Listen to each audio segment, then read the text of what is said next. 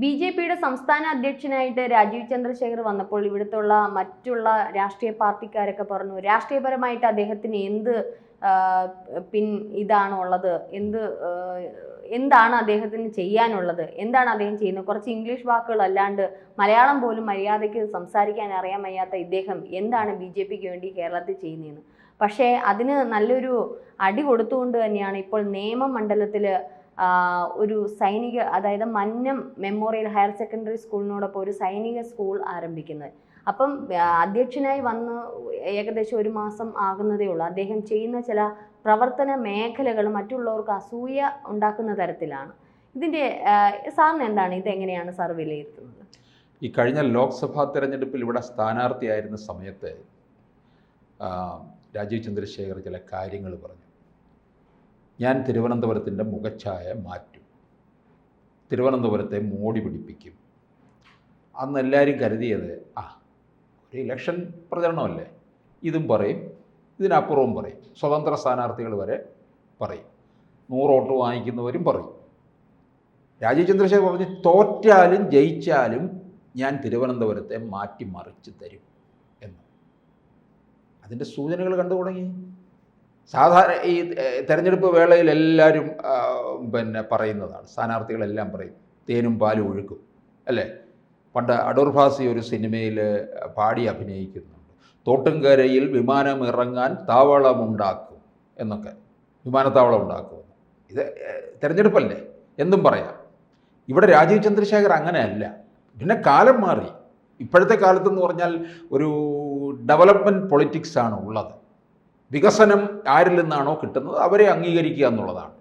അപ്പോൾ രാജീവ് ചന്ദ്രശേഖർ പല കാര്യങ്ങൾ പറഞ്ഞു. തിരുവനന്തപുരത്തിനെ ഒരു വലിയ IT നഗരമാക്കി മാറ്റും. അതുപോലെ തന്നെ എയിംസ് തിരുവനന്തപുരത്തിന് കൊണ്ടുവരും. തിരുവനന്തപുരത്തിനോട് ചേർന്നുള്ള പ്രാന്തപ്രദേശങ്ങളുമെല്ലാം തന്നെ നഗരവൽകൃതമാക്കി മാറ്റുകയൊക്കെ ചെയ്യും. ഞാൻ ഇവിടെ തന്നെ ഉണ്ട് എന്ന് പറയുകയുണ്ടായി. അതാണല്ലോ, ഇവിടെ തന്നെ ഉണ്ട്. അദ്ദേഹം തോറ്റു കഴിഞ്ഞപ്പോൾ ഇവിടെ നിന്ന് വണ്ടി കയറിയൊന്നും പോയില്ല. എല്ലാവരും വിചാരിച്ചു അദ്ദേഹം വലിയ മുതലാളിയല്ലേ, പോയി മുതലിനെ ലാളിച്ചുകൊണ്ടിരിക്കുമെന്ന് വിചാരിച്ചു. അദ്ദേഹം അങ്ങനെയൊന്നും പോയില്ല. അദ്ദേഹത്തിൻ്റെ കാര്യങ്ങളൊക്കെ നോക്കാൻ വേറെ ആൾക്കാരുണ്ട്. അദ്ദേഹം ഇവിടെ തന്നെ നിന്നു. നരേന്ദ്രമോദി അമിത്ഷായും കൂടെ തീർച്ചപ്പെടുത്തി തിരുവനന്തപുരത്തോട്ട് തന്നെ കൂടുതൽ ശ്രദ്ധ കേന്ദ്രീകരിക്കുന്നതിന് വേണ്ടി ബി.ജെ.പിയുടെ സംസ്ഥാന അധ്യക്ഷനാക്കുക, അങ്ങനെ കൊണ്ടുവന്നു. ഇപ്പോൾ കേരളം മുഴുവൻ തന്നെ കയ്യിലെടുത്തിരിക്കുകയാണ്. നിരവധി കാര്യങ്ങളാണ്. ഇപ്പോൾ 1 മാസം പിന്നിടുന്നതേ ഉള്ളൂ. അദ്ദേഹം ഏതാണ്ട് വലിയ ചില കാര്യങ്ങളൊക്കെ തന്നെ തീർത്തു എന്നുള്ളത്. എനിക്ക് ഏറ്റവും അധികം എനിക്കിഷ്ടം തോന്നിയ ഒരു കാര്യമുണ്ട്. കാരണം കേന്ദ്രത്തിൽ നിന്നൊന്നും കിട്ടുന്നില്ല എന്ന് പറയുമ്പോഴും കേന്ദ്രം എന്തൊക്കെ തരുന്നു എന്നുള്ളത് ജനങ്ങളുടെ ഇടയിൽ ഒരു അറിവില്ല. പക്ഷെ അതിന് വേണ്ടിയിട്ട് പാർട്ടി ഇപ്പോൾ ഓരോ പ്രദേശങ്ങളുമായിട്ട് ഇതിൻ്റെ പ്രത്യേക എനിക്ക് അറിഞ്ഞൂടാ, പാർട്ടി ഓഫീസുകളിൽ എത്തരത്തിലാണ് അവർ ആ സംഘടനാ പ്രവർത്തനം നടത്തുന്നതെന്നുള്ള അറിഞ്ഞൂടാ. കേന്ദ്രം എന്തൊക്കെയാണ് ജനങ്ങൾക്ക് വേണ്ടി ചെയ്യുന്നത്, അതിൻ്റെ കാര്യങ്ങൾ എന്തൊക്കെയാണെന്നുള്ളതിന് ജനങ്ങൾക്ക് വേണ്ടി ഇത് തുറന്നു കൊടുത്തിരിക്കുകയാണ്, ഒരു വഴി. നമുക്കറിയില്ല ഇപ്പം മോദി സർക്കാർ എന്തൊക്കെയാണ് നമുക്ക് വേണ്ടി ചെയ്യുന്നത്, പദ്ധതികൾ എന്തൊക്കെയാണ് ഒന്നും അറിയില്ല. എന്തൊക്കെ ജനങ്ങളിലേക്ക് എത്തുന്നത്, അതിൽ ഹെൽത്ത് ഇൻഷുറൻസ് പരമായിട്ടുള്ള കാര്യങ്ങളുണ്ട്. പിന്നെ ഈ പറഞ്ഞ പോലെ ഭവന നിർമ്മാണവുമായിട്ട് ബന്ധപ്പെട്ട കാര്യങ്ങളുണ്ട്. ഇതെല്ലാം നമ്മൾ വിചാരിക്കുന്ന പിണറായി സർക്കാരിൽ നമ്മുടെ കേരള ഘടകം ചെയ്യുന്നതാണ് എന്നുള്ളതാണ്. പക്ഷെ അതിന് വേണ്ടിയിട്ട് എന്തൊക്കെയാണ് കേന്ദ്ര സർക്കാർ ചെയ്യുന്നതെന്നുള്ളത് അത് ജനങ്ങളിലേക്ക് എത്തിക്കാനും അവർക്ക് വേണ്ടുന്ന ഒരു ജനസമ്പർക്ക പരിപാടി എന്ന് തന്നെ പറയാം.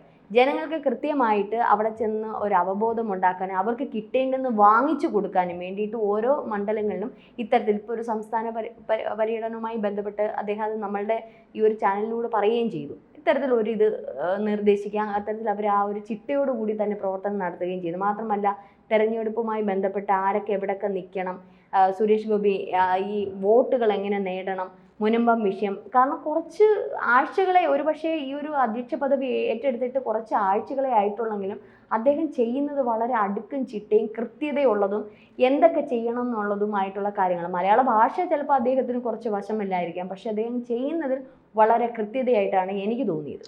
ഈ പ്രധാനമന്ത്രിയുടെ പേരിൽ പല പദ്ധതികളുണ്ട്. അതെ, PM ആവാസ് യോജന, PM കിസാൻ പദ്ധതി, PM ആയുഷ്മാൻ പദ്ധതി, അങ്ങനെ നിരവധി പദ്ധതികളുണ്ട്. ഇതെല്ലാവർക്കും കൃത്യമായിട്ട് അറിയില്ല. ഇനി അറിഞ്ഞാലും ഇതിന് എങ്ങനെയാണ് ആ പദ്ധതി നമ്മുടെ കൈകളിൽ നമുക്കതിൻ്റെ ഗുണഭോക്താക്കളായി എങ്ങനെ മാറാം എന്നുള്ളതിന് അറിയത്തില്ല. ആരെ സമീപിക്കണം?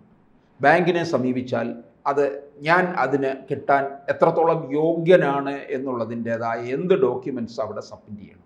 ഡയറക്റ്റായിട്ട് ബാങ്കിലോട്ട് ചെന്ന് കഴിഞ്ഞാൽ ബാങ്കുകാർ ഡിസ്കറേജ് ചെയ്ത് വിടും. ഇത് അവരുടെ ഒരു പതിവ് രീതിയാണ്. വലിയ ലക്ഷങ്ങളൊക്കെ അല്ലാതെ ലോൺ വാങ്ങിക്കാൻ ചെന്ന് കഴിഞ്ഞാൽ തട്ടിയെടുത്ത് അകത്തിട്ട് അപ്പം തന്നെ ഒപ്പിടിച്ച് ലോണും സാങ്ഷനാക്കി വിടും. ഇത് അവരത്ര പ്രോത്സാഹിപ്പിക്കുന്നില്ല.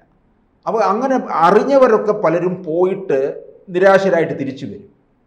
ഇതിലൊന്നും ഇടപെടാതെ പാർട്ടി ഇത് പലപ്പോഴും ചിലരൊക്കെ ഇത് കണ്ടുപിടിക്കുന്നുണ്ട്.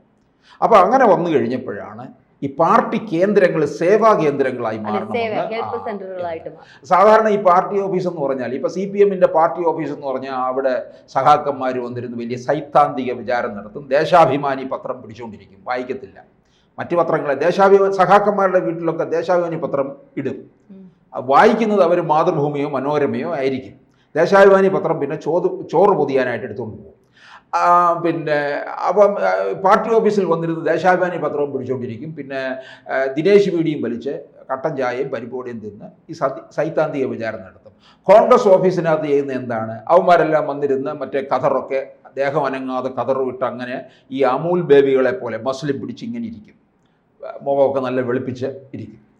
പക്ഷേ ഇവിടെ BJP ഓഫീസ്, പാർട്ടി ഓഫീസ് ഇനി അങ്ങനൊന്നും അല്ല. ഇത് ജനങ്ങൾക്ക് ഈ പദ്ധതികളെക്കുറിച്ച് ജനങ്ങൾക്ക് പറഞ്ഞു കൊടുക്കാനും ആരെങ്കിലും ഇങ്ങനെയുള്ള കാര്യങ്ങൾക്ക് സമീപിച്ചു കഴിഞ്ഞാൽ കിട്ടാതെ വന്നു കഴിഞ്ഞാൽ അവരെയും കൊണ്ടുപോയി കാര്യങ്ങൾ നേടിക്കൊടുക്കുന്നതിന് വേണ്ടി സഹായിക്കുന്ന ഒരു ഓഫീസായിട്ട് പ്രവർത്തിക്കണം എന്നാണ് പറയുന്നത്. പിന്നെ തിരുവനന്തപുരം പാർലമെൻറ്റ് മണ്ഡലത്തിനോട് കേന്ദ്രത്തിനും BJP നേതൃത്വത്തിന് വലിയ നോട്ടമുള്ളത് തന്നെയാണ്. തൃശ്ശൂർ പാർലമെൻറ്റ് മണ്ഡലത്തിൽ അക്കൗണ്ട് തുറക്കുന്നതിന് മുമ്പ് തന്നെ തുറക്കേണ്ട ഇടമായിരുന്നു തിരുവനന്തപുരം. O രാജഗോപാലിൻ്റെ കയ്യിൽ വന്ന് കയറിയതാണ്. ഈ കേരളത്തിലെ BJP-യുടെ ഒടുക്കത്തെ വിഭാഗീയത കാരണമാണ് ഈ കുഴപ്പങ്ങളെല്ലാം ഉണ്ടായി വൈകിയത് കേരളത്തിൽ ഒരു അക്കൗണ്ട് ഓപ്പൺ ചെയ്യാൻ. 2016 നേമം നിയോജക മണ്ഡലത്തിൽ അക്കൗണ്ട് തുറന്നതല്ലേ, 2021 കൊണ്ടുപോയി തൊലച്ചു. യഥാർത്ഥത്തിൽ 2016 1 നേടിയപ്പോൾ 2021 3 നേടണം. ഇപ്പോൾ കഴിഞ്ഞ പാലക്കാട് ഉപതെരഞ്ഞെടുപ്പിൽ അതും കഴിയണമായിരുന്നു. എങ്കിൽ ഇവർക്ക് 2026 31 അധികാരത്തിൽ വരാം. ഇപ്പോഴാണ്ട് ഒരു വിഭാഗീയതയും ഇല്ല. വിഭാഗീയത കളിച്ചവരെല്ലാം രാജീവ് ചന്ദ്രശേഖരൻ്റെ കുടക്കീഴിൽ വന്നിരിക്കുകയാണ്. ഈ അവസരത്തിൽ രാജീവ് ചന്ദ്രശേഖർ പറഞ്ഞല്ലോ, ജയിച്ചാലും തോറ്റാലും തിരുവനന്തപുരത്തിന് പല കാര്യങ്ങൾ കിട്ടിക്കൊണ്ടിരിക്കും. നരേന്ദ്രമോദി 3ാം വട്ടവും അധികാരത്തിൽ വരാൻ പോവുകയാണെന്ന് അന്ന് പറഞ്ഞു. 3ാം വട്ടവും വന്നു.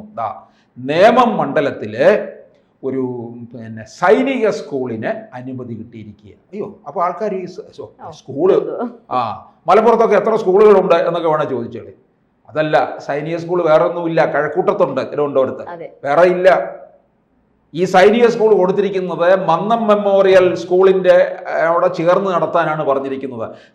ഒരു സ്വകാര്യ സംരംഭമായിട്ട് കൊടുക്കുന്ന ആദ്യത്തെ സൈനിക സ്കൂളാണ്. അത് NSSൻ്റെ കീഴിലുള്ളതാണ് ഈ മന്നം മെമ്മോറിയൽ. അതുമായിട്ട് ചേർന്നുകൊണ്ട് പ്രവർത്തിക്കാനാണ്. അതും കൊടുത്തിരിക്കുന്ന ഏത് മണ്ഡലത്തിൽ? നേമം മണ്ഡലത്തിൽ, തിരുവനന്തപുരത്തിനോട് ചേർന്ന് കിടക്കുന്ന മണ്ഡലം. രാജീവ് ചന്ദ്രശേഖരൻ്റെ കളി തുടങ്ങിയിട്ടുണ്ട്. നിങ്ങൾ പൂട്ടിക്കെട്ടിച്ച് തന്നതല്ലേ, ആ മണ്ഡലം തന്നെ 2026 ഞങ്ങൾ ആദ്യം തിരിച്ചു പിടിക്കും. ആദ്യത്തെ റിസൾട്ട് അവിടെ ആയിരിക്കും. രാജഗോപാൽ കൊണ്ട് തന്ന വിജയം വീണ്ടും ഞങ്ങൾ കൊയ്തെടുത്തിരിക്കും എന്നാണ്. രാജീവ് ചന്ദ്രശേഖരനെ വെറുതെ ഇങ്ങോട്ട് വിട്ടതല്ല. രാജീവ് ചന്ദ്രശേഖർ പറഞ്ഞു, ചില കാര്യങ്ങളുമായിട്ട് ഞാൻ തിരിച്ചു വരികയുള്ളൂ എന്ന് പറഞ്ഞു. അപ്പോൾ ഇവിടെ അപ്പം തിരുവനന്തപുരത്തുകാർ ഇപ്പോൾ മനസ്സിലാക്കി തുടങ്ങി, BJP ആണ് ഭരിക്കുന്നതെന്നുണ്ടെങ്കിലും തിരുവനന്തപുരത്തിന് അല്ലെ കേരളത്തിന് പല നേട്ടങ്ങളും ഇനിയും ഉണ്ടാകാൻ പോകുന്നു എന്നുള്ളത്. ഇതൊരു ചെറിയ വാർത്തയായിട്ടാണ് ചില പത്രങ്ങളിൽ വന്നിരിക്കുന്നത്. ചില പത്രങ്ങൾ കണ്ടതേ ഇല്ല എന്നുള്ളതാണ്. പക്ഷേ ഒരു പ്രധാനപ്പെട്ട വാർത്ത തന്നെയാണിത്. കൂടുതൽ വാർത്തകളും വിശേഷങ്ങളും നിങ്ങളിലേക്ക് എത്താൻ ABC മലയാളം സബ്സ്ക്രൈബ് ചെയ്യുക, ബെൽ ബട്ടണും അമർത്തുക.